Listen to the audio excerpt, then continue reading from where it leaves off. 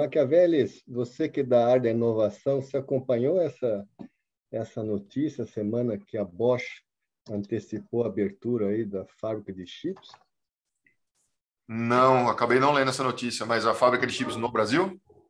Não, infelizmente, no Brasil fecharam recentemente um centro que foi criado há muitos anos atrás, CEITEC, para desenvolvimento de microeletrônica e aí faz poucas semanas, um mês foi fechado, né? E o mundo inteiro com de chip, agora com a parte de logística, de carro, etc. Então, infelizmente, enquanto nós fechamos, né? Temos aí empresas que fabricavam outras coisas estão abrindo uma fábrica de chip. Só curiosidade para você. Nós vamos ficar cada vez mais dependentes de importação desse tipo de material e uma vocação que nós teríamos, né, que poderia ser desenvolvida para a industrialização e outras coisas. Infelizmente, o meu irmão ele foi engenheiro da GM durante muito tempo, né? Então, até alguns anos atrás, todo o centro ou seja, todo o desenvolvimento de engenharia da GM era feito no Brasil. E foi tudo desativado, foi tudo para a China. Não digo. Então, é triste. E outra notícia interessante que eu li no Estadão esse final de semana, todo mundo conhece, né, esse modelo da Toyota, Just in Time, etc. Ele está sendo, vamos assim, revisto agora nessa época, porque, vocês sabem, tem falta de componentes como um todo, né? Então, esse processo de carros customizados, etc., ele não está sendo mais possível porque você não tem as peças em cima da hora, né? Quando você precisa. Então, vai ser o just quando conseguir, né? Então agora estão começando, pelo menos essa fase aí, voltando ao esquema de ter um estoque mínimo. Então, o just in time só funciona quando tem componentes in time, né? Então, ou seja, em condições normais de temperatura e pressão, o just in time funciona como uma maravilha. No mundo real, no mundo pandêmico não dá. Colapsa. O pessoal já está entrando, estamos com 27 participantes já, acho que mas legal. E aí, Odal, aí uma curiosidade, né? Você que está bastante envolvido também nesse processo de inovação, né? Nesse mundo da inovação,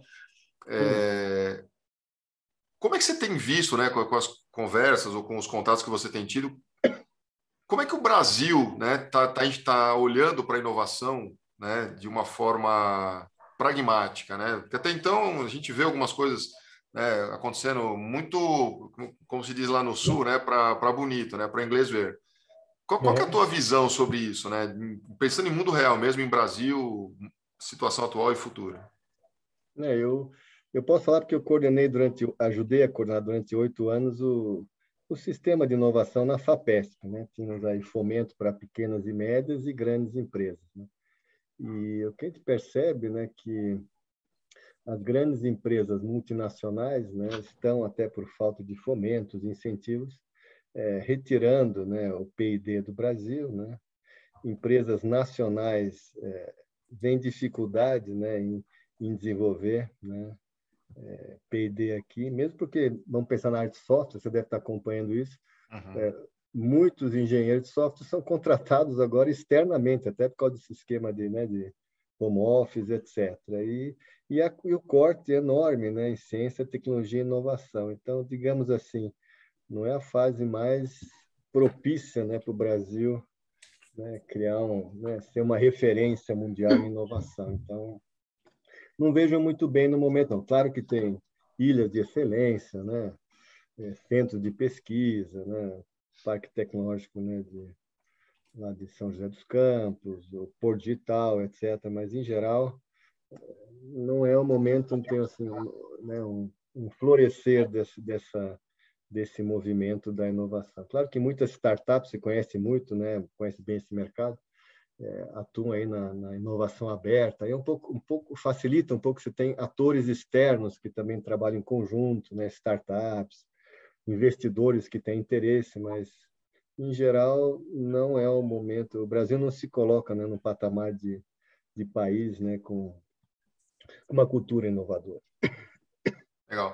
Tem até um comentário aqui do Nelson, né? Ele fala, o pessoal está cortando o caminho pelas startups. É bem isso, Nelson, né? Olha lá. Interessante. É um caminho É um Nem caminho que tinha. as grandes empresas estão buscando, né? Aham, Mas, embora eu viva, né, e conviva muito nesse mundo de startups, uhum, é, eu acho que só isso não é o suficiente, né? Precisa ter um investimento pesado das grandes empresas e a gente, de alguma forma, a gente precisa trazer isso para o Brasil, né? Porque senão a gente leva uhum. profissionais, tecnologia, conhecimento, experiência e o que fica para a gente aqui, né? Não, Produzir é isso aí. commodities, exportar a preço de banana e importar a preço de ouro, né? Não, perfeito, é isso aí. Infelizmente. O pessoal está perguntando se as perguntas têm que ser feitas no Q&A. Pessoal, vocês podem colocar as perguntas aqui no chat mesmo, né? A gente vai estar Durante. acompanhando e vamos estar repassando aqui para o Dauch e para a Daviane. Tá? Então, fiquem à vontade de colocar as perguntas aqui no chat, sem problema, tá bom? Muito bem. Beleza. E esse assunto de hoje, Daviane, eu sou fascinado, né? O Patrick Lencioni, para mim, é uma baita uma referência em termos de conteúdo e a forma como ele aborda, né, os problemas humanos nas empresas. Acho que o pessoal vai adorar. Eu acho que eu não te perguntei, né? Onde você tomou contato com o Lencioni? Não é Olha, eu contato, tive. ele vive isso todo dia, só para você saber. O primeiro contato que eu tive com o Lencioni foi num workshop, na verdade, num treinamento que eu fiz na Fundação Dom Cabral para executivos. E aí eu tive esse contato. Depois, na Fundação Vanzolini também, né? Um contato mais. Não com ele, eu não conheci ele, não tive o privilégio ainda de conhecê-lo, né? Mas tive contato com as ideias. Depois, uma formação que eu fiz em gerenciamento de mudança, né? Organizacional também. Então, assim, é um autor é daqueles que eu leio e releio com frequência, né? Porque Sabe que ele é muito prático e ele consegue ser profundo. Às vezes, o consultor, enfim, vem com um conteúdo extremamente profundo, mas não dá ferramentas, e ele traz. E ele fala muito na disciplina, né? Eu conheci o Lencioni pessoalmente no Congresso Mundial da RH em New Orleans. Ele é legal, fantástico. Ele é aquilo que a gente vê no vídeo, ele é muito, muito, muito profundo. Tem muito conteúdo. Legal. que bacana. Bom, gente, acho que estamos aí com 65 pessoas conectadas. A gente pode esperar uns 5 minutos aí, uma Não, com margenzinha, certeza. tá? Uhum. Outra notícia achei interessante, não sei se foi semana passada, etc., né? Todo mundo conheceu, né, na China, né, não sei se chama filosofia, não é nem filosofia, a política, né, de um filho só, né, para na época conter, né, o crescimento, né, muito grande da China, né, com uma distorção também de classes sociais, né. Então, muitos anos era proibido, sinceramente, fazia-se aborto, né, se as pessoas tinham um segundo filho. Aí tem um montão de, lógico, de acertos, né, algoritmos para fugir disso, mas isso prejudicou muito, né, a China, porque hoje tem um gap profissional muito grande, né. Então, recentemente, a China liberou para 3 filhos, vocês acreditam? Para tentar recuperar, né? Porque a China está com um crescimento enorme, né? Econômico, tecnológico. Então, você vê como a gente se adapta também conforme as políticas, né? Governamentais e econômicas. Também achei uma notícia interessante, essas mudanças, né? Totais aí de estratégia. Impressionante, né? O que era um problema agora se tornou, né, Uma uma necessidade. solução, né? Uhum. Muito bem.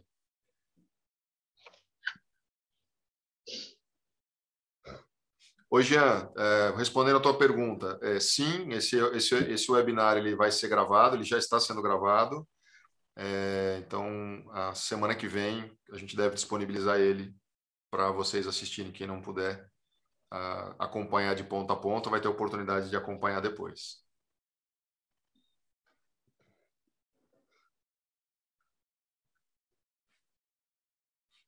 Muito bem. Aí só a gente é curioso, né? Vou pedir aqui o pessoal que está assistindo a gente, só colocar ali no chat, né? De qual cidade está falando, só citar aí de onde estão cada um de vocês, cidade ou países, né? Eu já vi que é internacional o evento aqui. Quero ver se minha filha lá de Minneapolis está assistindo. Eu vou cobrar dela, hein? Oi, Johnny. Não, para esses webinars, nós não emitimos o certificado, né? O que a gente emite para os cursos, para os workshops, a gente emite. Para o webinar, não. É só realmente a participação. Olha que legal, hein? Bem diversificada. Curitiba, Panambi, São Luís do Maranhão, Teresina, Bom Jesus dos Perdões, Rio de Janeiro, Pinhuí, Minas Gerais, São José dos Campos, Correios do Maranhão, que legal, Imperatriz, São Sebastião do Oeste, Imperatriz, Ipatinga, Santos, Maceió, saudosa Maceió. Os meus avós maternos são de lá. Bacana. Legal. Tem gente do Brasil inteiro. Uhum. Aí tem um vizinho aqui de São Bernardo do Campo. Floripa. Montevidéu.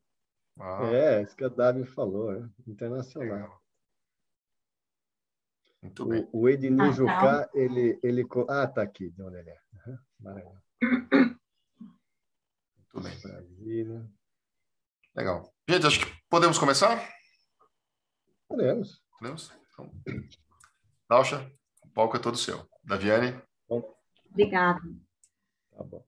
Então, bom dia a todas e a todos. É um prazer tê-los aqui. E esse webinar é o segundo, né, de uma trilha que nós estamos fazendo, porque esse ano nós comemoramos 30 anos de FNQ. Então, a gente chama os webinar dos 30 anos. Né? Decidimos fazer isso para propiciar conhecimento, como é a nossa missão, para a sociedade. Ela foi criada, a FNQ, em 91, por 39 empresários, né, que tinham a preocupação com a abertura de mercado na época.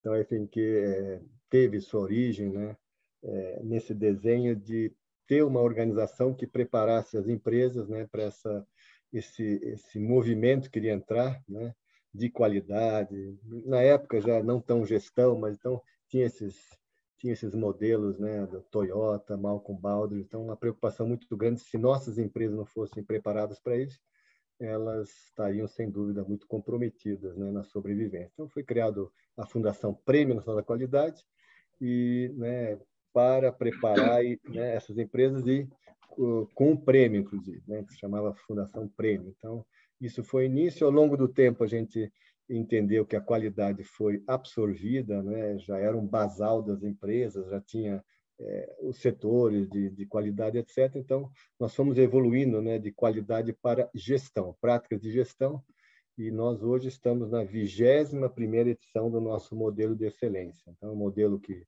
não vou entrar em detalhes aqui, tem 8 fundamentos, né, com vários aspectos: liderança, adaptabilidade, processos, sustentabilidade.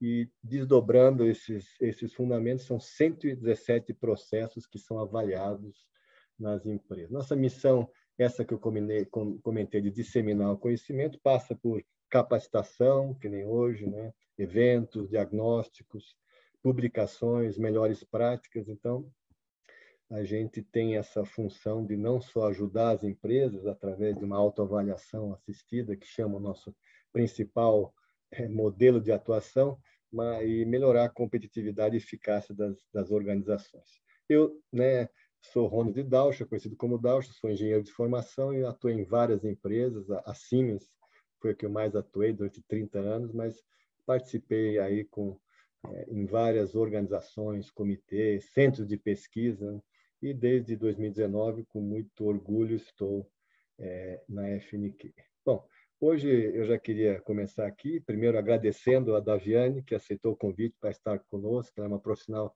super respeitada na área de RH, né? Ela, inclusive, o RH, ela gosta de chamar de recursos, não de recursos humanos, de resultados humanos. Eu gosto muito dessa visão dela, um pouco diferente, e muito nos honra de estar aqui conosco, né? E eu queria ressaltar um pouco, né, o histórico dela, né, para a gente logo depois já poder começar. Ela é formada, né, em RH, tem MBA em Gestão de Equipes pela Fundação Getúlio Vargas, tem certificação em Programas de Educação, Inovação e Desenvolvimento Organizacional, foi vice-presidente da a BRH Nacional, foi presidente da BRH do Paraná, tem 25 anos de experiência em várias multinacionais, como Volvo e Volkswagen, foi diretor de recursos humanos no sistema FIEP, né, e docente em MBAs da FAI, ESIC, ISAI e a Positivo. E ela é autora, né, coautora de vários livros, né? Ela vai talvez falar no final um pouco para nós, mas uma obra mais conhecida, Organização Inspiradora e Pessoas Realizadoras, e algumas focando mulheres, né? Mulheres do RH, o poder feminino na gestão de pessoas, né?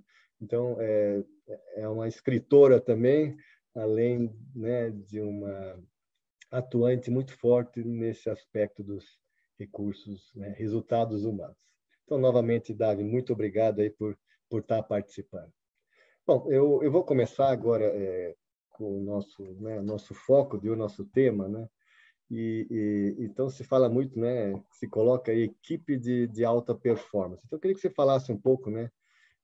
O que se almeja quando a gente fala, né? Que se quer chegar numa equipe de alta performance. Qual que é o ganho que se tem em ter, vamos dizer assim, equipes de alta performance, né? Numa época, né, de transformação de negócio que não só é importante, né, essa transformação das equipes, quero crer, para a criação de novos produtos e serviços, mas para simplesmente sobreviver. Então, eu queria que você falasse um pouco, né, desse conceito de equipe de alta performance, como isso se encaixa numa empresa, vamos dizer assim, que quer ser avançada hoje e se preparar para esses tempos complexos.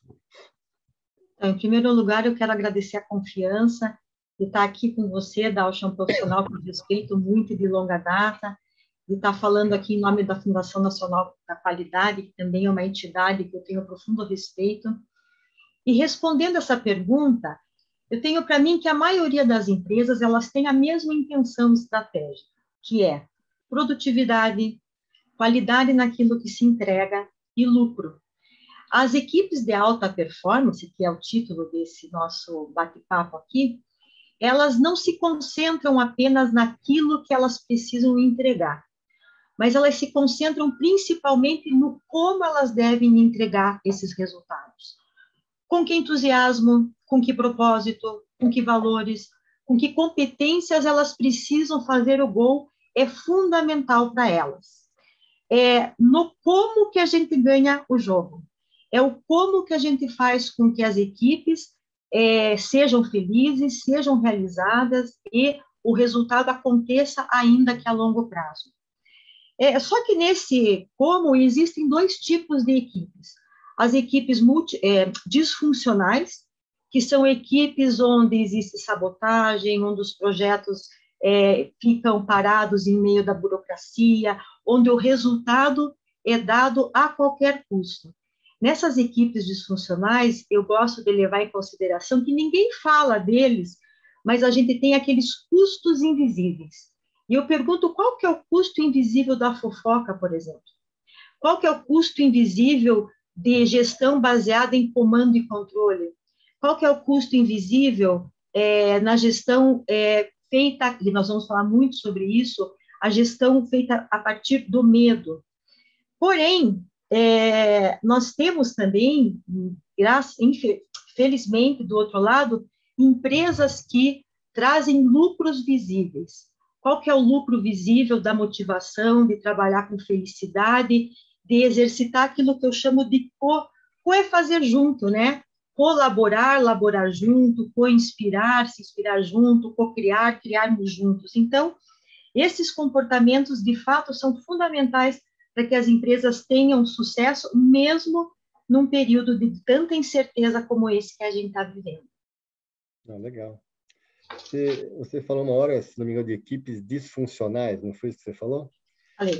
Você comentou também o que poderiam ser, não sei se disfunções, algumas características, fofoca, comando e controle, mas o que pode ser o que é uma disfunção grave de uma equipe, né? E como é que ela pode realmente, de alguma forma, vamos dizer, comprometer, né? Não tanto também, claro, o resultado, mas os resultados de resultados internos da equipe da empresa, né? Só para explicar um pouco, você falou, né, de equipe disfuncional, seria interessante você falar um pouquinho.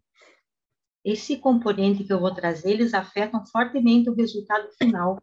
E, sem dúvida nenhuma, ao contrário da cultura da confiança, que é o título dessa nossa conversa, eu tenho certeza que o grande vilão das organizações, e ainda assim as organizações tratam muito pouco esse vilão, é a gestão feita através do medo. Do medo de não sermos bons o suficiente, e esse é um medo que todo ser humano tem. Algumas pessoas se iludem, achando que controlar os outros, brilhar sozinho, não deixar que os outros brilhem, sabotar projetos, entregar resultado passando por cima dos colegas, lhe trarão mais reconhecimento e recompensa. E, às vezes, infelizmente, essa realidade é reforçada pelas lideranças de uma empresa. Esse é o tom, muitas vezes, da alta direção ou da média liderança. O medo, ele se manifesta de várias maneiras. Uma das maneiras é com estruturas rígidas e hierárquicas, onde poucos comandam e muitos obedecem, como se as pessoas não fossem confiáveis para pensar com a própria cabeça e seguir contribuindo com as suas próprias competências, que são únicas. O medo também, ele se apresenta atrás, ele se disfarça atrás da burocracia. Quanto mais controle, quanto mais burocracia, menos confiança a gente tem dentro das equipes, mesmo as pessoas sendo, na sua maioria, muito confiáveis. O medo, e a gente vai falar disso, é uma grande disfunção que acontece muitas vezes através da punição, da retaliação de quem faz diferente, de quem pensa diferente e de quem traz suas verdades.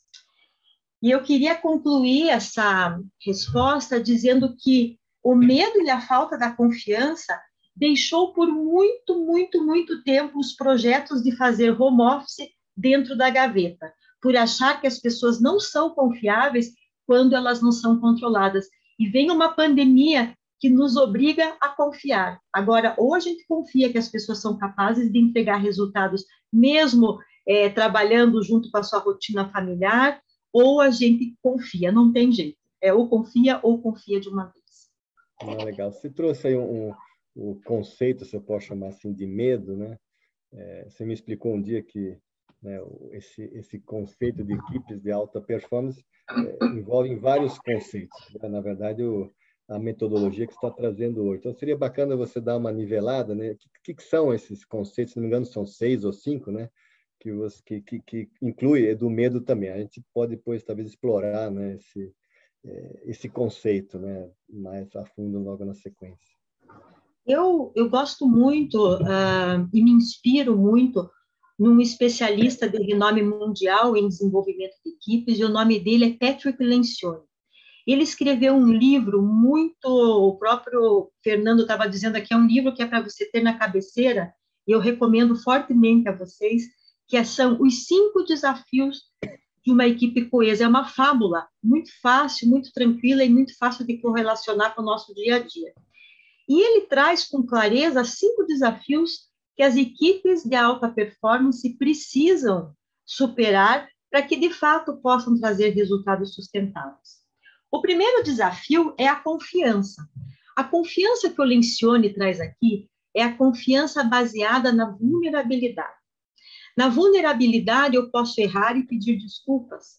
Eu posso dizer, eu não tenho a resposta, mas eu vou buscá-la para você. Eu posso dizer, eu preciso saber mais. Mas, principalmente, a vulnerabilidade faz com que a gente possa ser autêntico e trazer a sua própria perspectiva, sem medo, sem filtro, em cima de uma equação difícil para resolver nas empresas. O Lencioni, ele é contra o consenso. Ele sempre diz que o consenso é uma solução empobrecida, ao passo que as múltiplas perspectivas trazidas na mesa para resolver uma equação difícil, elas fazem com que as empresas cheguem à melhor solução. E aí as equipes vão para o segundo desafio, que é não ter medo do conflito. O conflito em si não é ruim, o conflito é energizante. Quando as pessoas conseguem colocar as suas perspectivas sobre a mesa com clareza, elas se sentem enxergadas. Todo mundo quer ser visto na sua legitimidade. E ao se sentirem enxergadas e pertencidas, elas podem vencer o terceiro desafio, que é o comprometimento. Ora, se eu posso ser eu mesmo, se eu posso colocar minha perspectiva em cima da mesa, se eu sou considerado, certamente eu vou me comprometer, mesmo que inicialmente eu tenha discordado de alguma ideia. Mas nós somos humanos e somos falíveis. Aí eu me comprometo, Dalcha, com você em entregar um material amanhã e por alguma razão isso não acontece. Então a gente vai para o próximo desafio, que é o responsabilizar. O responsabilizar significa que você vai me dar um feedback.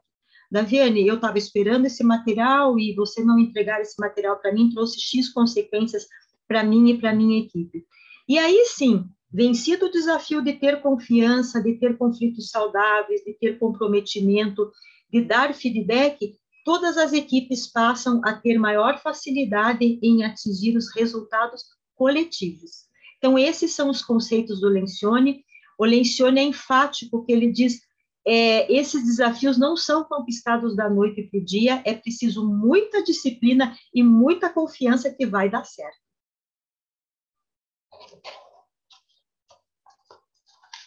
Não estou ouvindo, Dalcha? Tinha um som de fundo, eu tirei aqui. Você falou duas vezes de medo do conflito, quer dizer, parece assim, vou dizer óbvio, agora que a gente ouviu, né, que isso é super importante, mas eu que já trabalhei em várias empresas, minha pergunta é esse medo do conflito, de não poder dar sugestões, críticas, isso não pode vir da cultura da própria. Uma coisa é não existir, aí vamos desenvolver, mas às vezes a própria cultura da empresa top-down, né, não deixa abertura para isso. Como é que a gente... Isso é fato? Como é que a gente, né, assim, vamos assim, confrontaria essa realidade existente, pelo menos no início de um processo de mudança? Alcha, em primeiro lugar, a maneira como você faz a gestão do conflito de uma empresa tem tudo a ver com os aspectos culturais. As equipes disfuncionais, elas atuam em dois polos opostos. Uma delas é o conflito baseado em ataques pessoais. O conflito baseado em ataques pessoais gera medo, né? As pessoas, elas têm medo de se colocar por medo de sofrer algum tipo de abuso, de autoritarismo. Mas, dependendo da empresa, e você sabe, você já trabalhou em empresa alemã, é muito comum, e uma vez eu trabalhei numa empresa alemã, que um gestor alemão bateu na mesa e disse para mim, esse teu trabalho é ruim. E olhou para mim e disse assim, vamos tomar um café? Eu falei, não vou tomar café com você. Você disse que meu trabalho é ruim. Então, nós, brasileiros, temos muita dificuldade de ter conflito. A gente tem várias razões para não conflitar, mas uma delas é não ser considerado, não parecer bonzinho. Então, acho que a gente tem muito melindre para aceitar um tipo de conflito. Mas também, aqui no Brasil, principalmente, nós temos empresas que, no outro polo, elas conflitam, ou melhor, não conflitam, criando uma harmonia artificial. Durante um conflito, diz que está tudo bem, as pessoas saem sorrindo e, por trás, não se comprometem com aquilo que foi falado. A harmonia artificial traz consequências tão danosas quanto os ataques pessoais, porque não tem nada mais frustrante do que você participar de uma reunião que você já sabe que não vai resultar. Então, sim, o aspecto cultural conta muito, e o Lencioni diz que equipes funcionais e coesas, elas têm um ponto médio de conflito, que nunca vai ser perfeito. Elas vão oscilar um pouquinho para os ataques pessoais, um pouco para a harmonia artificial, mas quanto mais exercitarem a iminência do conflito, mesmo doloroso, vai ser essa experiência para elas. Bacana. O outro, eu anotei aqui, o outro ponto que você comentou, se não me engano, é falta de compromisso, né? Eu conheço como senso de pertencimento, quer dizer, uma coisa que também a gente vê muito forte em outras empresas internacionais, mas isso é minha opinião, né? Talvez seja maldoso aqui. Às vezes, eu quero crer que seja difícil de mudar, porque essa questão de, né, não ter responsabilidade ou compromisso, eu acho que é uma cultura que pode vir até da própria família da pessoa, né? De um país, de uma sociedade. Então, assim, qual que é essa influência é possível quebrar essa cultura, mesmo ela vindo, né, de um ambiente fora da empresa? Dalcha, você já deu a resposta, porque para que você de fato se comprometa, você tem que se sentir pertencido. Para você se sentir pertencido e pertencer de verdade, você precisa ser ouvido. E nós, desde pequenos, nós não temos o hábito de ouvir o outro. Na nossa família, muitas vezes as perspectivas são impostas. Na sociedade, então, a gente vê um fenômeno nacional, mundial, muitas vezes, que as perspectivas elas se conflitam, mas não são consideradas as diferentes perspectivas. Isso vale para a educação de filhos, vale para a escola, vale para a empresa. Então, nós não temos, na verdade, muitas vezes, aquilo que eu chamo de escuta ativa. A escuta ativa, ela não está relacionada com eu escutar você para eu possuir a verdade. Eu tenho um diretor que eu atendi, e quando eu ia conversar com ele e colocar minha perspectiva, ele já estava assim, ó. Ou seja, ele estava me escutando para continuar construindo a sua verdade.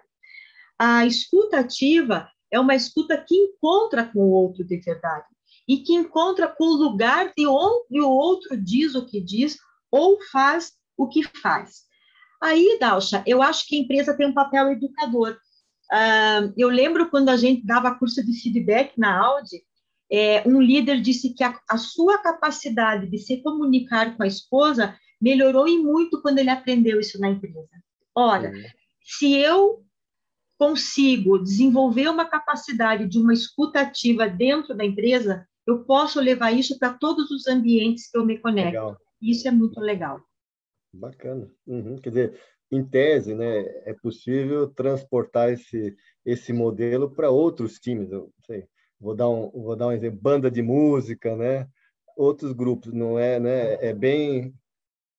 Dá para imaginar isso? Sim, você pode, vamos discutir futebol, como é que não se discute futebol, política e tem o terceiro item que não é religião. Vamos discutir esses itens em casa. Que legal seria se cada um pudesse trazer sua perspectiva e a família saísse dali da mesa do jantar com um olhar muito mais ampliado, sem filtro, sem julgamento, né? Então, sim, eles são aplicáveis em todos os domínios da nossa vida. Legal. Bom, agora eu vou te fazer uma pergunta maldosa. Posso? Não, é o seguinte, você falou em resultados coletivos, né? Se trabalhar os integrantes de um time, né? Focar, apoiar todos para um resultado da equipe como um todo, né? Como se fosse um ente, né? Inteiro. Então, isso é bem bacana. Eu falo maldoso porque eu fui, durante anos, né? Diretor, gestor de pessoas, fui presidente de empresa também, e, sem dúvida, a gente sempre, né, tenta achar colaboradores nas empresas que se destacam, né? Para a gente poder, né, ajudar eles a crescerem, até assumirem outros cargos. Então, minha pergunta só é assim, é simples. Se você tem uma equipe, né, que todos ajudam a todos para ter um resultado único, como é que o gestor, não sei, como é que ele vai olhar dentro dessa equipe quem que mais contribuiu, quem que é mais engajado, quem que é mais competente? Eu não sei se a pergunta tem lógica, mas eu ficaria, né, receoso nesse aspecto. Não só tem lógica, como infelizmente eu sofri as consequências de não olhar para isso na minha própria pele. Eu sempre valorizei uma colaboradora numa determinada empresa que eu fui diretora de recursos humanos, e essa colaboradora, na verdade, parecia na minha frente entregar resultados coletivos, mas no bastidor ela não entregava resultados coletivos e não trabalhava em prol do todo. Quando eu saí dessa empresa, um dia eu fui fazer happy hour com as minhas ex-colaboradoras, e elas me disseram que eu não enxergava a verdade. E aí eu aprendi, Dalcha, que líder estratégico é líder presente. Só um líder presente é capaz de enxergar se o seu colaborador de fato está colaborando para os resultados coletivos. Não tem outro jeito.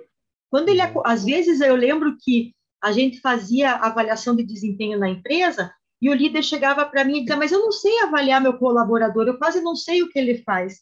Então, de novo, talvez o antídoto para que a gente possa, de fato, valorizar resultados coletivos e perceber se as pessoas estão entregando resultados coletivos, é estando muito perto da área, claro, estando perto da estratégia, mas também muito perto da ação e onde as coisas realmente acontecem. Aí você consegue, né, detectar destaques individuais também estando perto, com certeza. E também você consegue, Dalcha, dar feedback. Eu não sei se você vai perguntar a respeito disso. Feedback é uma ferramenta poderosa e muito difícil de ser usada.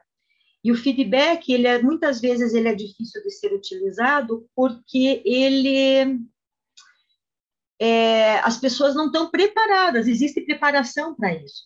Feedback, eu vou aproveitar aqui, eu acho que eu vou trazer uma regrinha, porque eu acho que é importante para a gente. O feedback, ele sempre deve ser dado, feedback verdadeiro, que a gente chama de amor-verdade, que é você dar o feedback com cuidado, é dizer, Dalcha, o Dalcha vem para mim e diz, Daviane, naquele dia que você se comprometeu comigo, entregar aquele relatório, e você não entregou, eu fiquei muito desconfortável porque a minha equipe me cobrou o relatório e ela se sobrecarregou por ter que fazer por você.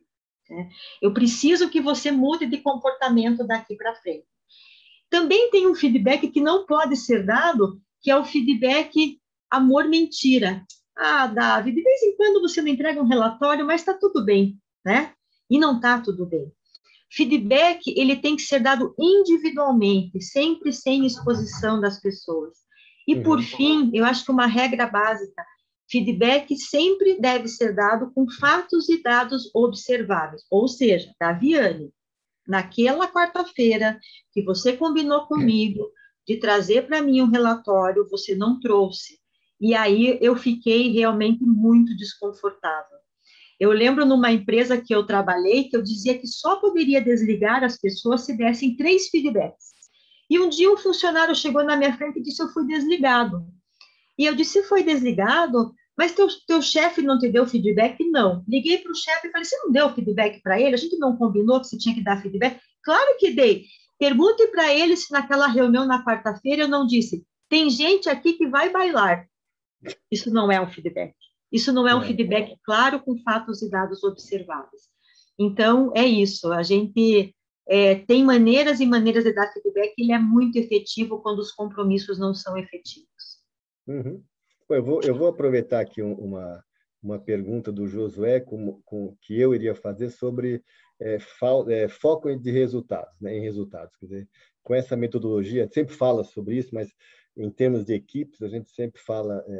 A gente sabe que esse aspecto é um dos 5 conceitos super importantes, mas aí minha questão né, a gente tem ainda muitas pessoas, né, que usam algoritmo, que a gente brinca aqui, de horas cadeira, quer dizer, se eu trabalhar das 8 às 6, né, se eu bater ponto, se eu estiver lá fazendo o que me é pedido, né, eu estou trabalhando, e não, vamos dizer assim, e não no algoritmo de foco para resultados. Então, como é que ele pode fazer essa transformação para foco em resultados, né? Como deixar claro que, eu sempre falo, né? Bons resultados não é só bom para a empresa, é para você também que volta depois indiretamente com benefícios, né? Com o próprio clima, com garantia que a empresa vai existir. Então, se perguntou também como é que se implementa um programa, né, de foco em resultados. Então, juntei a minha com a pergunta aí do Josué. Dalcha, em primeiro lugar, o líder precisa ser exemplo de foco em resultados coletivos e que, sim, de vez em quando a gente não vai poder ter hora à cadeira, a gente tem que realmente correr atrás, a gente precisa colaborar além do horário, depois você faz um equilíbrio dentro das suas horas, né? Eu acho que o líder precisa primeiro ser exemplo, depois o líder não deve recompensar este tipo de comportamento, mas enaltecer aqueles colaboradores que, de fato, estão preocupados mais com o resultado do que propriamente com bater o ponto. Não que não seja necessário você considerar a sua vida pessoal e conciliar com a sua vida profissional, mas existe um bom senso nesse trabalho que, aliás, o controle de horas, a gente tem que confiar que as pessoas são capazes, né, de dimensionar suas horas para o trabalho e para a vida pessoal. Terceiro, Dalcha, dando feedback, né? Às vezes você tem uma entrega super importante para fazer. Hoje você me contou, né? Eu tenho uma entrega super importante para fazer e estava fazendo isso na hora do almoço, né?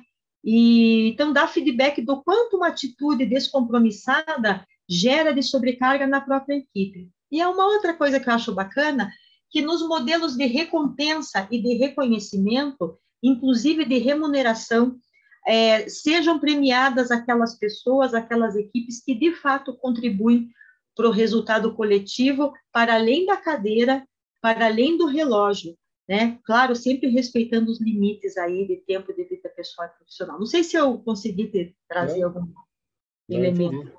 Entendi. Não, achei interessante. E você comentou 2 vezes da proximidade do líder, né? Que isso é o segredo de muita coisa, mas pelo que eu também estudei um pouco, né, o Lencioni antes desse bate-papo, eu vejo que esses 5 conceitos, me parece que o líder não precisa ter a mesma proximidade e atuação em todos esses 5 conceitos, né? Se fala muito em auto-organização também. Então, só perguntando se é isso mesmo, quer dizer, se vai ter que estar sempre, vamos dizer, não cobrando, mas acompanhando todos esses conceitos, ou alguns desses, vamos dizer assim, depois de implantados, já rodam sozinho. Dalcha, você sabe, a gente teve um mestre, o Dalcha, nós trabalhamos juntos no Sistema Federação das Indústrias, Dalcha era diretor de inovação e eu de recursos humanos. E o nome desse grande educador, é Humberto Maturana. Humberto Maturana, um cientista chileno com uma compreensão profunda, foi ele que escreveu a Árvore do Conhecimento junto com Varela. E o que ele sempre disse? Que ele pregava que ele falava o fim do liderazgo, né? O fim da liderança. Então, que a liderança seria uma espécie a ser extinta por causa das equipes autogerenciadas. Dalcha, eu não acredito que nós aqui, que somos muito jovens, né, vamos enxergar o fim da liderança nesse século. A liderança, sim, é importante para conduzir as pessoas, seus times de trabalho, da estratégia até a ação. Em relação aos 5 desafios, a liderança precisa estar o tempo todo atenta e exercer um papel de educador, de coach, para o seu time. Então, inicialmente, até que isso se torne um hábito, que seja natural para as equipes, o líder é aquele que vai ter mais trabalho em relação a vencer esses 5 desafios. Mas, quando a equipe começa a caminhar sozinha, o que o líder vai fazer? O líder vai fazer o trabalho dele, que é de ser um líder servidor, que é abrir caminhos para a sua equipe, para facilitar o trabalho da sua equipe e estar trazendo o tempo todo a estratégia para que ela possa ser executada para a sua equipe. Legal. Bom, você comentou, né, dessas várias transformações que uma empresa precisa ter, né?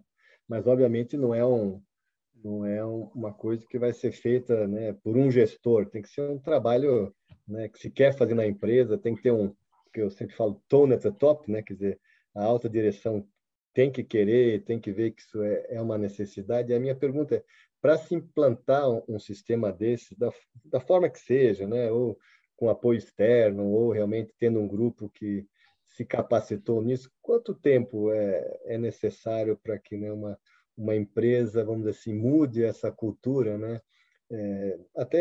Até usando essa metodologia, né?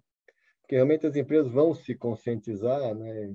São de vários, né? Com várias metodologias, métodos ágeis, né? Que é até uma pergunta que eu queria fazer para você, se esses 5 conceitos estão alinhados com os métodos ágeis, né? E também quanto tempo demoraria para uma empresa, falar empresa média, né?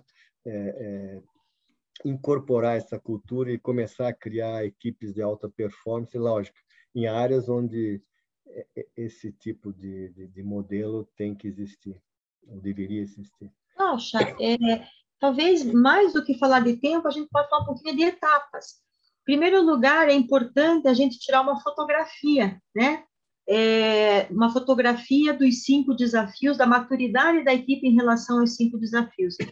Por quê? Porque aí depois você trata essas disfunções com a verdade, né? É muito legal quando você vai conduzir um workshop, por exemplo, quando eu, enfim, estou conduzindo um workshop, e aí as equipes começam com a harmonia artificial, né? Não, aqui todo mundo conflita, ninguém tem medo de retaliação, e aí você traz o resultado, mas não é isso que a equipe pensa. Então, a primeira coisa importante é tirar uma fotografia bastante nítida, bastante limpa de como a empresa ou a equipe está enfrentando os 5 desafios.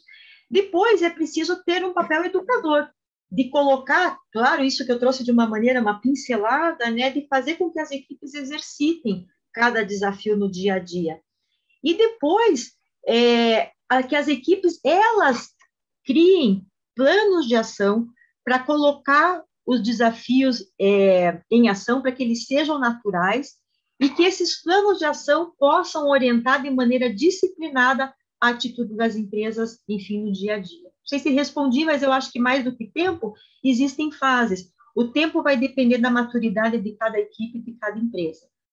Imagino que quantas pessoas também são envolvidas, né, quanto gestores, para mudar numa forma mais ampla possível, quero crer. Tem empresas que trabalham todas as equipes. Tem empresas que trabalham a equipe estratégica para que ela possa fazer um movimento de repasse ou de continuar com a dinâmica com a sua equipe. Eu tenho um CEO, isso não é, na verdade, um sigilo, mas o CEO do Grupo Tigre, ele tem esse livro dos 5 desafios da equipe coesa na cabeceira. Tanto que quando eu vou falar disso lá, não é novidade, então as pessoas já estão num nível de maturidade diferente. E nem todas as empresas, todas as equipes foram treinadas, mas ele tem como princípio e ele traz no seu exemplo a vivência dos 5 desafios. Não tem nada mais poderoso do que você educar pelo exemplo. Não, legal. Eu estou pegando uma pergunta aqui muito interessante do Nelson, e você que, né, mas já acompanhou essa evolução de empresas, né, mais antigas, tradicionais. Então, ele pergunta o seguinte: as pesquisas de clima organizacionais tradicionais captam esse medo de que você falou, que você comentou, medo do conflito, etc.? Se, de fato, houver uma preparação para todos os níveis, para que o medo seja erradicado no momento de responder à pesquisa, sim. Aí você tem um retrato fiel, mas não é fácil. Esse é um trabalho de cultura interna, o RH precisa se envolver muito, o RH precisa chamar liderança para que esta liderança seja educada a não retalhar seus funcionários, principalmente no momento de responder a pesquisa. As pessoas têm muito medo. Eu trabalhei numa empresa que as equipes só começaram a falar a verdade depois da 4ª rodada da pesquisa de clima organizacional. Então, vocês podem imaginar que criar uma cultura da confiança não acontece do dia para a noite, mas destruir, não quero ser pessimista, destruir uma cultura se destrói a cultura do dia para a noite. Então, é preciso estar atento, vigiar o tempo todo o nosso comportamento para que o medo não tome conta da gente e da empresa. Não, legal. Tem outra pergunta muito bacana do Josué, e obviamente você participou, né? Você ajudou a implementar, se conhece, claro, em comum acordo, né? Com trabalho muito alinhado com o gestor, mas ele pergunta: Daviane, você poderia falar sobre programas de participação de resultados? São bem feitos nas empresas, ele escreveu aqui, brasileiras, né?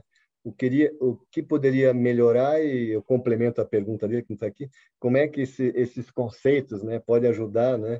Porque assim, uma coisa é participação de resultados, vamos dizer assim, gerais, né? Isso é uma coisa. Agora, será que se consegue avaliar resultados também de uma equipe? Então, isso, imagino que é um tópico interessante. Essa participação de resultado deve estar mudando muito esse conceito, imagino eu, né? Josué, infelizmente tem de tudo, né? Tem empresas que fazem uma arquitetura de modelo de remuneração por resultados, participação por resultados muito inteligente. Normalmente, essas empresas, para chegar a construir indicadores que, de fato, façam sentido, alavanquem o resultado dentro da cultura daquela empresa, elas se valem de trabalhos de time para construir esses indicadores de uma maneira sistêmica, sinérgica e interdependente. Mas tem empresas que constroem os indicadores de uma maneira muito amadora e um indicador acaba matando o resultado de uma outra área, por exemplo, né? Ou geram indicadores que conflitam no dia a dia, que fazem com que as pessoas, ao invés de cooperarem, passem a competir. Então, se você me perguntar no Brasil se isso tem mudado, eu posso, infelizmente, eu vou ter que dizer que não. Os modelos de remuneração e recompensa ainda continuam muito focados numa cultura de comando e controle e menos em colaboração. Tem um grande caminho para que, de fato, a gente consiga recompensar os resultados coletivos de verdade. Uhum. Outra pessoa pergunta o seguinte: diante de uma forte influência do ambiente externo, ele chamou aqui de cultura do cancelamento, né? Como manter uma equipe blindada desse conceito tão tóxico sem cancelar o cancelador que continua lá fora? Então, a gente mais ou menos já respondeu isso, mas como segurar a influência externa, né? Imagino eu, não só cultural, que foi da família, mas também de constantes, né, influências, né? Se eu escutei esse cancelamento, a gente está falando de adversidades, como, por exemplo, esse fenômeno da pandemia, é isso? Eu também quero crer de negativismo, né? Quer dizer, né, que não vai dar certo. Então, assim, como esse clima geral, claro, piorado pela pandemia, como é que evitar que isso entre, né, e influencie essas equipes que quer que sejam tão de alta performance, né? Dalcha, é tão interessante, quando a gente estava em modo presencial e eu andava por uma empresa, você via na mesma empresa, sofrendo as mesmas dificuldades, equipes trabalhando felizes, se divertindo, trabalhando muito, produzindo, e equipes onde o medo imperava, o medo da falta, o medo da escassez dentro da empresa, ele imperava. Então, isso significa o quê? Quem que dá o tom da equipe hoje? É o líder. Então, você pode ter, sim, um fenômeno como hoje a gente tem na pandemia, e o líder, mesmo assim, construiu uma atmosfera emocional, de confiança, onde as pessoas podem ser elas mesmas, ajudar a empresa a superar esse desafio, que, no caso, é a consequência da pandemia, e as equipes ficarem protegidas, né, de todo o medo que está lá fora. Então, óbvio que em um momento ou outro a equipe vai vacilar, nós estamos todos muito frágeis, mas o líder pode dar o tom e criar esse espaço emocional dentro das suas equipes. Legal. Aí, não é bem uma pergunta, eu não vou citar o nome aqui, mas tem a ver um pouco sobre o teu comentário que você falou há pouco, que você me pegou trabalhando na hora do almoço, né? E essa pergunta tem muito a ver com um dos conceitos. Ele pergunta assim: trabalhando no horário do almoço? Ele faz até uma exclamação. E aí ele afirma, né? Quando o trabalho for maior que a jornada de trabalho previamente estipulada, teremos que rever o tamanho da tarefa e quem está executando. Eu poderia estar respondendo isso, talvez até complemento, mas você que é entrevistado, eu passo para você essa pergunta bem interessante. Empresas de sucesso são empresas que escutam e são empresas que conversam. Se eu estou com um problema de dimensionamento de horas a ponto de eu ficar sobrecarregado e isso não é sustentável ao longo do caminho, eu vou conversar com a minha liderança. Mas minha liderança é fechada. A gente tem que fazer tentativas, né? Até porque se você não tem uma conversa e nunca vai conseguir ter uma conversa com a tua liderança sobre um detalhe tão operacional, você tem que repensar o que você faz dentro da sua equipe, né? Então, eu acho que equipes de alta performance são equipes que conversam e recombinam, não sei nem se existe essa palavra, combinam novamente o jogo, né? Então, isso tem que acontecer o tempo todo. Aí eu vou complementar, quer dizer, a questão muito era assim, existe as, não sei, 40 horas, não importa quantas horas, e se isso extrapola essas horas, tem uma coisa errada, então vamos diminuir. Mas eu puxo, né, posso falar de mim, né? Desculpa estar roubando o teu tempo, Daviane, mas assim, a questão, né, de você trabalhar só durante as horas estipuladas foge daquela ideia que ela comentou do senso, né, de pertencimento, responsabilidade. Então, se eu sei que eu vou precisar entregar isso às 2 da tarde, né? Eu vou entregar, vou trabalhar na hora do almoço, comer alguma coisa rápida, nem comer, mas também, como eu trabalho por resultados, né? Dando um exemplo aqui, se numa manhã minha filha adolescente tiver um problema, né, que quer discutir comigo, eu me sinto à vontade de pegar uma hora, né, do trabalho, né, sentar com ela no jardim e conversar sobre isso. Então, esse conceito de metas, né, ele quebra um pouco totalmente esse algoritmo que eu falei antes, né, de horas cadeira, para não falar outra coisa que eu costumo dizer. Não, pode falar, eu gosto quando você fala. Não, eu já parei. Você que é Não, entrevistado. eu ia dizer, você trouxe um aspecto interessante. Líder presente é o líder que enxerga que cada um tem seu jeitão. Eu, por exemplo, não me importo. Eu não me importo em trabalhar comendo. Tanto que eu estava aqui com vocês, antes de entrar na live, eu estava almoçando. Eu não me importo. E vocês não se importaram. Tem pessoas que produzem mais à noite. Eu, quando comecei minha vida de consultora, eu produzia muito de madrugada, mas esse é o meu jeito. E no outro dia eu levantava X hora para trazer uma produção que eu achava adequada para o meu trabalho. Então, é preciso respeitar a dinâmica individual das pessoas. Eu gosto de empresas que são orgânicas e que elas deixam muito claro quais são as metas, quais são os valores, quais são as competências e os princípios pelo qual as pessoas devem dar seu resultado. Como elas vão dar seu resultado, é problema delas, né? Desde que seja, se existe um valor chamado respeito, certamente você não vai ter alguém fazendo bullying com horário ou, né, ultrapassando a jornada para além dos limites normais. Legal. Nós estamos aí caminhando para o fim, temos ainda 9 minutos, mas no começo do bate-papo eu falei, né, dos livros, né, que você foi autora, coautora. Eu peguei um aqui que eu acho que tem tudo a ver com esse bate-papo de hoje, Organização Inspiradora e Pessoas Realizadoras. Se você pudesse falar um pouco, né, qual que é a linha desse livro? Vou até pegar o livro. Vai lá. Gente, esse livro é assim. Eu trabalhei no Sistema Federação das Indústrias junto com o Dalcha, e quando o presidente, numa determinada gestão, assumiu essa empresa, alguém perguntou aqui sobre empresa pública, ela tinha bastante características de empresas públicas que não funcionavam, né? Não estou falando de empresas públicas que funcionam.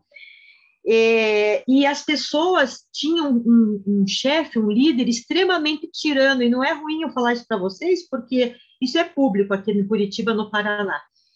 E quando a gente chegou nessa empresa, o Dalcha, a gente veio com mentalidade de mercado para ajudar com que aquelas pessoas fossem desafiadas. Elas tinham muito medo, muito medo. Pra vocês terem uma ideia, eu tinha uma funcionária que ligava para mim para saber se ela podia ligar para alguém cobrando alguma coisa. Absurdo. E aí, no início, quando o presidente disse aqui todo mundo conversa, aqui todo mundo escuta, aqui vocês vão se superar, o pessoal demorou muito para se auto-superar e para ter confiança em si mesmo. Até que um momento a organização rompeu a barreira do medo e trouxe resultados extraordinários. Então, a gente resolveu escrever como que isso aconteceu numa obra que é chamada Organização Inspiradora, Pessoas Realizadoras, resultados extraordinários pela transformação na convivência do sistema FIEP. Porque a gente acreditava que a forma mais potente de a gente aprender era compartilhando as dores e os êxitos que a gente tinha ao longo da nossa jornada. Então, daí nasceu a obra e aí fica aí um legado, né, para os RHs. A gente distribuiu essa obra nos RHs aqui do Paraná para que a gente, de alguma maneira, devolvesse para o mercado aquilo que eles deram para nós como fonte de inspiração para implementar práticas modernas dentro do sistema. E bem rapidinho, e os outros que falam muito do poder da mulher, que falam, são 2 livros que você escreveu, só um resumo, né? Qual que é o foco principal desses? O foco principal é que a mulher, sem querer querendo, se preparou para os dias de hoje, né? A mulher traz na sua bagagem uma capacidade de conciliar interesses diversos de geração, ela cuida do filho, não estou dizendo que o homem não faz isso, hoje mudou muitos papéis, né? Mas, assim, cuidar da geração desde o filho até seu pai, até seu avô, ela traz aquela capacidade de trabalhar com várias... Né, ela está se maquiando, ela está dirigindo, ela está balançando o filho no berço, e assim, ela se prepara a ser uma pessoa que trabalha com uma multiplicidade de tarefas, essa questão do acolhimento, né, das equipes. Então, sem querer querendo, ela se preparou para ter soft skills nesse tempo de hoje, onde a gente precisa ser tão versátil. Então, essas 2 obras aí que falam da mulher, dizem disso, dizem do quanto a mulher vem se preparando e o quanto ela deve ocupar cadeiras de influência. Hoje, apenas 30% das posições em empresa são ocupadas por vaga de liderança feminina. Então, a gente também tem um caminho árduo pela frente de mitigar aí essa pouca influência da mulher na dinâmica organizacional dos dias de hoje. Puxa, legal. Bom, Davi, eu queria te agradecer imensamente pela participação. Eu lendo aqui os comentários no chat, fiquei super, super contente. Várias vezes eu vi uma frase do tipo super rica, né? Essa discussão hoje, muito bacana, né? Que informações interessantes do conceito, do bate-papo. Então, eu queria te agradecer muito pela participação, por ter aceito, né? E só para todos aí, se você concordar, Davi, as perguntas que não foram, eu tentei pegar todas aqui, mas que não foram respondidas, se você concordar, eu te mando, né? Claro. E aí a gente puder responder. E então, super obrigado, né? Eu só queria agora, né, para finalizar, dizer que nesses 30 anos da FNQ, nós estamos fazendo essa série de webinars a cada 2 semanas, e já temos 3 programados, né? Um que se chama Ressignificação de Negócios, né? Um olhar para o que não se vê. Então, muitas vezes nós temos uma estrutura, um mercado, processos internos, competências que a gente não sabe que podem ser redesenhadas, né? Novos modelos de negócios, produtos, né? Que a gente poderia estar, né, repensando e trazendo para o mercado. Então, tem aí um especialista nisso, um francês, Philippe Cassapot, que nós vamos trazer. Outro é sobre inovação estratégica, né? Então, sem ela não se sobrevive, é o título. Então, com o professor Marcos Vasconcelos, um Papa Inovação também da FGV, e vai falar de alguns temas diferentes do que a gente conhece por inovação. E, por último, nós vamos falar da inovação transversal. O Antônio Teixeira foi presidente, né, de uma empresa, né, vamos assim, de engarrafamento de refrigerantes, né, e Brasilata, e ele defende e tem uma empresa que é líder no Brasil, até no mundo, na estatística, né, dos colaboradores que ajudam a empresa a inovar, desde a pessoa que limpa a recepção, né, que pode ter ideias, né, interessantes que fazem com que o cliente que entre se sinta mais à vontade desde o momento zero até os super engenheiros, diretores. Então, esse conceito da inovação transversal, que não é sugestões de melhoria, é o que o Antônio Teixeira vai trazer para nós. E eu acho que tudo a ver com a Daviane, né? Não posso esquecer, nós vamos em breve anunciar aí o curso que ela vai, né, nos oferecer, né? Vai ser um curso de 16 horas exatamente sobre essa cultura da confiança e equipes de alta performance. Então, nós vamos divulgar... Alcha, foi feita uma pergunta agora, se quem é associado tem algum tipo de desconto, só para você ter aí no teu radar, não sei responder. Os filiados têm sim, né? É um desconto bom, então quando nós formos anunciar então a data, né, desse curso, automaticamente vem também os preços, né? E a gente vai estar divulgando quanto é o desconto, quais são os horários, etc. E para terminar, eu gostei muito de uma pergunta, né, de uma pessoa aqui, está escrito Abaetê, é outra pessoa, né? Não é o Abaetê, é um outro nome aqui. Ele fala assim: na empresa que trabalho não há participação no resultado. Para fugir de indicadores que não contribuem para a participação correta, a FNQ tem alguma orientação para empresas que desejam implementar essa participação e não cometerem erros grosseiros? Bom, aí eu posso simples responder, né? Responder simplesmente que nós temos a solução, vamos dizer assim, né? Nós temos um modelo de excelência de gestão, né? Com esses 8 fundamentos. Muitos deles englobam essa questão, né? Né, de orientação, né, de participação, né, de indicadores, né, de resultados. Então, o modelo de excelência de gestão, o MEG, né, que na sua 21ª edição, ele aborda exatamente isso. Então, se houver interesse, podemos aí fazer uma capacitação, uma palestra, alguma coisa assim, mas espero que a gente possa aí estar ajudando vocês. Conte com a gente. Então, assim, espero que todos tenham gostado, né, do evento, né? Nós ficaríamos muito contentes, né, se vocês pudessem participar dos próximos. São todos temas muito interessantes também serão. E quero pedir para vocês, né, se for possível, nos dar um feedback, né? O que pode ser melhorado, né? O que a gente pode estar incluindo, né? No tipo, na agenda, né? Ou até dar ideias, né, de temas, né, que a gente possa trazer. Então, ficaremos muito contentes dentro do conceito que nós defendemos na FNQ, que além dos fundamentos, dos processos, a gente trabalha com o escopo do PDCA, ou seja, não adianta ter o processo se a gente não avaliar o processo no final, não sei, do ciclo, do ano, ver o que pode ser melhorado, né? Aprender e, no ano que vem, rodar um processo melhorado. Então, por isso que eu peço gentilmente que vocês tragam aí sugestões, né? As perguntas, como eu falei, serão respondidas para a Daviane, né? E, novamente, eu queria agradecer a todos os participantes, né, que fizeram perguntas, que simplesmente, né, nos ouviram né, e acho que tiverem uma dose, né, de aprendizado bastante grande. E não posso, mais uma vez, agradecer a Daviane pelo bate-papo super eu é gostoso. que agradeço a oportunidade. Foi muito gostoso bater esse papo com você, Rocha. Tá bom. Todo mundo, uma boa tarde, uma boa semana ainda. Obrigado. Tchau, tchau.